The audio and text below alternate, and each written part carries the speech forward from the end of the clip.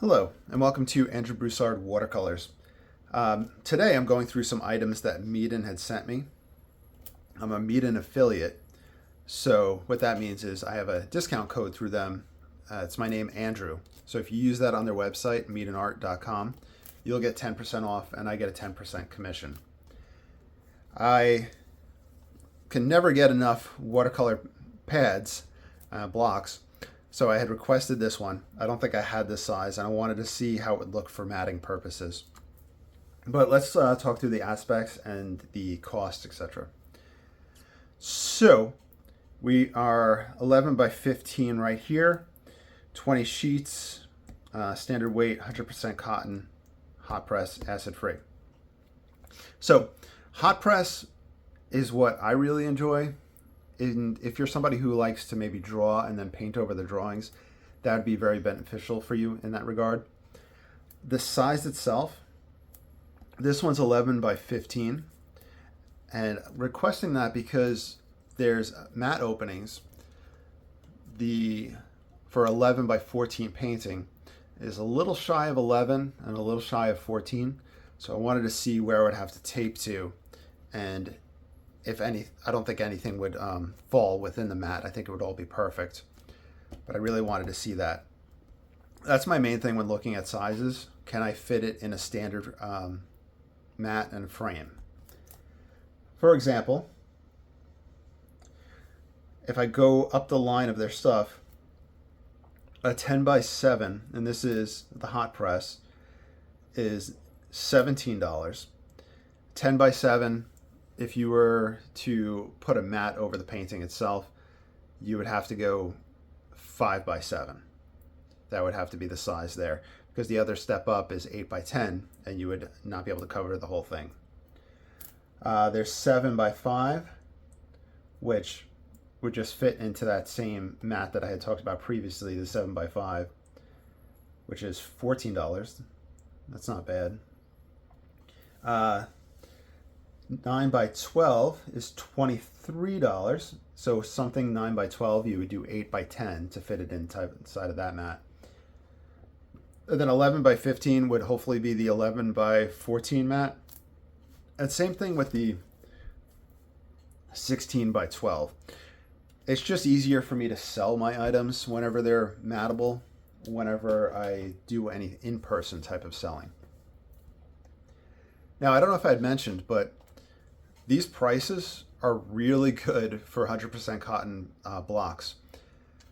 The other brand that I reached for, and because I had bought it in bulk, it was very low priced, is great, but the prices have just jumped up on it. I'm talking about like 35 or more for, I think, like a 9 by 12, which is really rough. You know, times are hard financially, so it's kind of hard, spending that much on a watercolor block. And don't even get me started on arches and those other ones. They're probably like 50, 60 bucks, which is quite a lot. Now, with the hot press, with the blocks, I'm not sure if I had mentioned it, but it's glued all the way around on all four sides. This helps stretch the paper out. It helps prevent buckling whenever you're painting, or maybe it buckles a little bit and then it dries and it flattens out. It's the equivalent of sitting there and taping down your paper or using binder clips to keep it stretched. This just became very convenient for me. And once I started getting blocks, I haven't really gone back to sheets of paper. There's always going to be one spot that you can cut it open with. Let me see if I can show that. And they have instructions right there for it.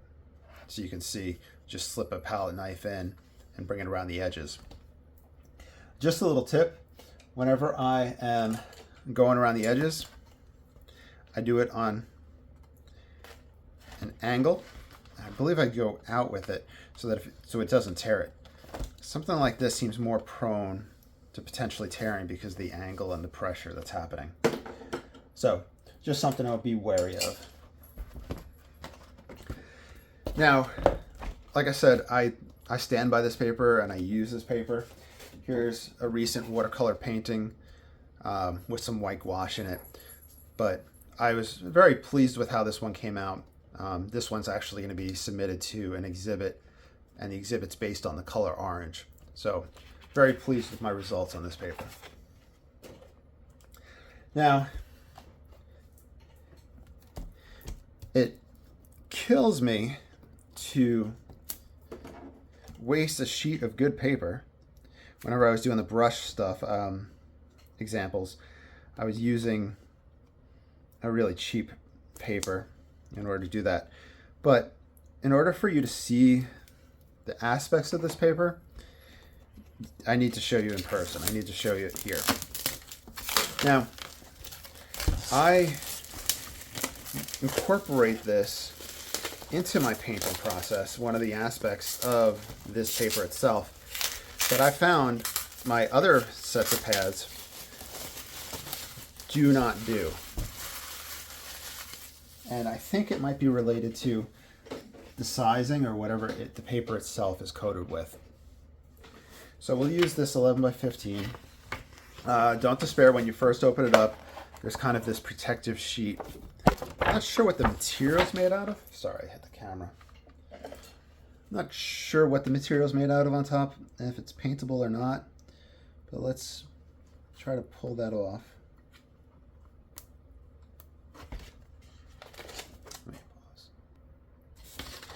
It's thinner piece of paper, so it's not the same weight as the watercolor paper itself. But I think this paper would actually be good for pastels, just as an idea if you guys wanted to make use of everything. All right, now the block itself, I'm going to grab some water. The water's a little dirty from the previous example. I'm going to wet the top of the paper. These are the Meaden professional watercolor brushes, the pack of 9 that they sent. All right, that's good enough for wetting the paper. And grabbing some ultramarine. See how that starts looking. So you can kind of get an idea of how washes look on this paper. This is a large brush, so I would have to pull pigment out of my pans and onto the side to get a nice puddle. But my sides of my pans are a little dirty right now. On the Cheapo Depot paper that I used for the example, I had shown a dry brush and wet and wet. So here's a dry brush on hot press paper. On cold press paper, you'd get textures like this when you're not working onto wet and wet. Now, I want to dry this off. Now, I want to show you what I find is unique about this paper. And like I said, I'm not sure if it's the sizing that was put on the paper that helps it stay on the surface, but it lifts very easily. So I'm going to wet an area right here. And you can see how easily I can wet it, remove it. This paper is great for that. In fact, it might even be worth seeing if I could scrub the whole paper of the paint. Just so you can kind of get an idea about how easy this lifts. And I might be able to salvage this piece and still use it for an actual painting. So I think that that's really important to see how much we can lift it. Obviously, I'm just spreading pigment around at that point, but even after that, I can wipe it back even further. That was one wipe. Let's do another wipe right here.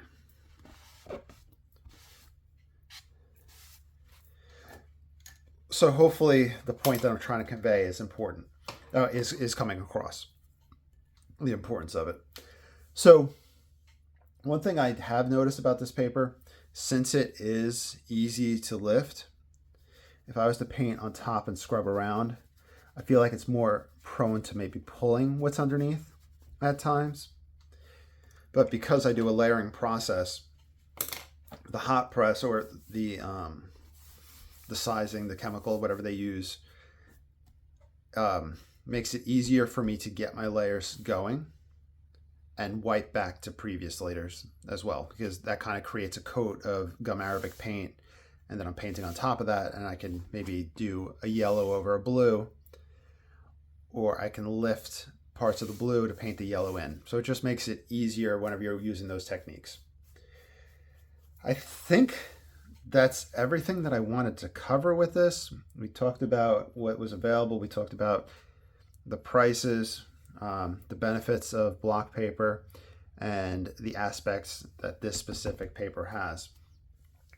I hope that was all helpful. And once again, if you want to buy anything from the Medium website, you can use my code Andrew for 10% off.